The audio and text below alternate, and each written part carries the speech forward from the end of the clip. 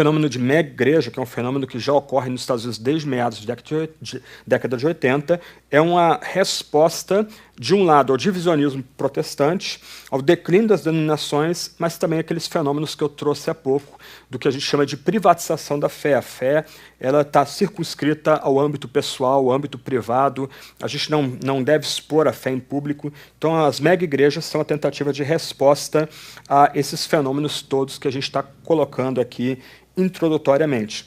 Por mega-igrejas, o que eu quero dizer são aquelas igrejas com 5 a 10 mil membros, algumas delas chegando a 20 mil membros, que se tornaram típicas na cultura, na paisagem evangélica americana e têm chegado ao Brasil também. Essas mega-igrejas são autossuficientes, elas não dependem mais da denominação que as plantou, e elas são autossuficientes do restante do corpo evangélico de forma mais ampla. Elas funcionam literalmente independentes das denominações do meio evangélico.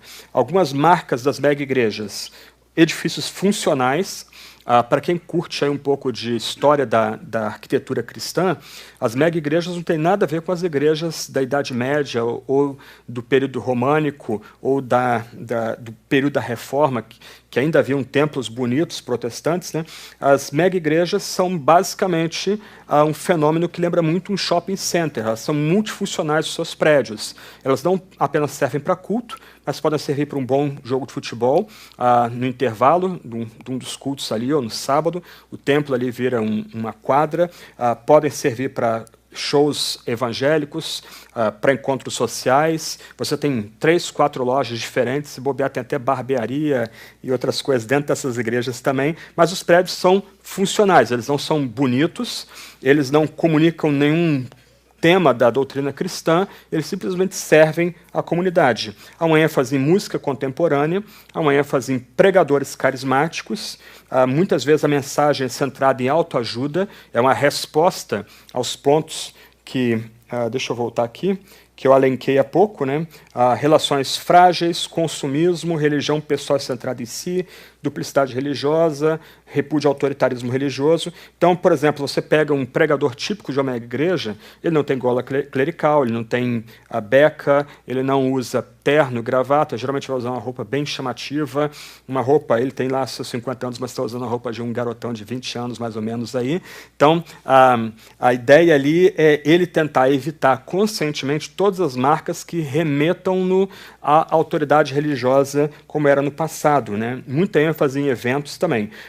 Agora, pontos mais importantes para a gente, aí, mais conectados com a palestra em si. Há um minimalismo teológico. O que eu quero dizer com isso aí? Quanto menos a pessoa souber teologia ou doutrina, melhor. Você pega os depoimentos de fiéis dessas comunidades e você nota, se você pega assim, perguntas bem objetivas, do tipo: o que trouxe você a esse lugar? O que você recebeu aqui dessa comunidade? Você não vai ver, na maior parte das vezes, ainda que eu esteja falando de amostragem, mas você pega as entrevistas de membros dessas comunidades, você não vê ele falando: olha, eu encontrei Jesus aqui, se eu morrer hoje eu tenho certeza da vida eterna, Cristo morreu pelos meus pecados e ressuscitou, e por isso eu sou uma pessoa esperançosa. Não, eles vão dizer: olha, minha família aqui se encontrou nessa comunidade, aqui eu fui amado. Ok, aquela igreja está literalmente respondendo de alguma forma às demandas do nosso tempo. Mas, do outro lado, a noção que se tem aí é de um minimalismo teológico, pragmatismo metodológico e cultura gerencial. O pastor não se vê como um pregador de fato, como há 20, 30, 40 anos atrás, os nossos heróis protestantes eram os pregadores. Ele não se vê como um pregador daqueles, ele se vê basicamente como uma espécie de gerente que tenta mediar as tensões e pressões dentro daquela comunidade.